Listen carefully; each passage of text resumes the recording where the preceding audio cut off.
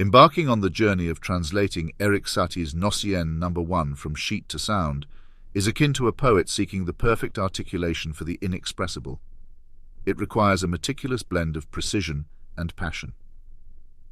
The opening measures set the stage for a conversation between the hands, a dialogue steeped in reflection, with the right hand speaking the notes F, A-flat, B-flat, and C, while the left hand responds with a somber octave spanning C to A-flat. This is not merely a recitation of pitches, but an invocation of a mood, a summoning of the sublime. As we delve deeper, the pianist must maintain a left hand that serves as a faithful custodian of the bass pattern, repeating, unwavering. The right hand must, in turn, articulate a melody with the grace of a ballet dancer, each note purposeful, each transition seamless. The cadence of this piece is not dictated by a metronome, but by the rhythm of one's own breathing, slow, measured, and deeply personal. The sustain pedal here is not merely a mechanical device, but an extension of the pianist's own heart, sustaining notes just long enough to allow them to blend without losing their individual essence. The melody in the right hand, meandering through the notes E-flat, F, G-flat, and A-flat, should be caressed rather than struck, each tone a brushstroke in an oral painting. Dynamic range must be interpreted with thoughtful restraint. The sudden forte should not jar, but rather surprise gently, a firm statement in a conversation otherwise spoken in whispers. The return to piano is a retreat into thought, a conscious softening of voice as one turns inward. Interpretation of Satie's directions, such as Très Luisant, demands a luminosity of touch, a brilliance that does not overwhelm, but enhances. When playing through the sections marked Questionnaires and Debout de la Pensée, each note should be contemplated, held for a moment in the mind before it is expressed through the fingers. Here, the notes B-flat, A-flat, G-flat in the right hand must not be hurried. They are questions to be pondered, not answered. As the piece progresses, the pianist must embody the role of a philosopher-musician. Satie's instruction, Postulez en vous-même, is an invitation to introspect, to internalize the melody and resonate with its narrative. The pianist must become both the orator and the listener, fully engaged in the music's ebb and flow.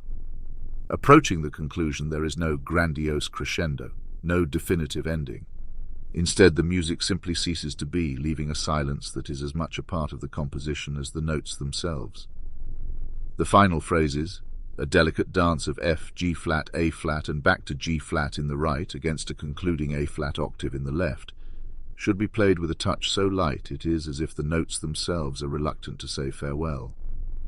In the alchemy of performance, the pianist must transcend the black and white of the keys to find the true colors of Satie's work. It is a piece that compels the musician to listen as much as to play, to feel as well as to interpret. The final measure is not simply the end of a musical piece.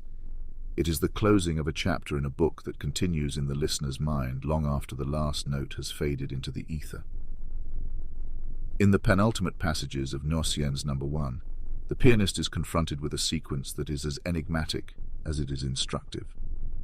Within these bars, we find Satie's subtle directives, pas à pas, step by step, sur la langue, on the tongue, each a cryptic signpost to guide our interpretation. Here, in the delicate dance of the right hand, the notes must be articulated with the precision of a poet choosing his words. F to A-flat, a thoughtful G-flat, then back to F and a tender reach to C. The left hand offers a grounding presence, its pattern a gentle but firm foundation upon which the right hand can weave its narrative.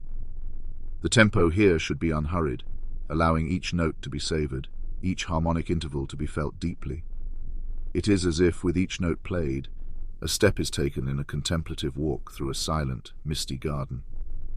As the piece nears its conclusion, the pianist must navigate the terrain of dynamic contrasts with a deft hand, a crescendo here, a diminuendo there, always maintaining the tranquility that is the hallmark of this composition. In the measures marked Postulez en vous-même, the pianist is reminded once again of the introspective nature of the work. This is not a section to be glossed over, rather it demands a thoughtful touch, a nuanced approach that reflects the internal dialogue that Satie so ingeniously weaves into the music. The notes here, an ascending and descending pattern of F, G-flat, and A-flat, must be played with a meditative quality, each one a reflection, a question, a moment of self-inquiry. It is a musical rendering of thought itself, each note a step in the staircase that leads to the final lingering notes.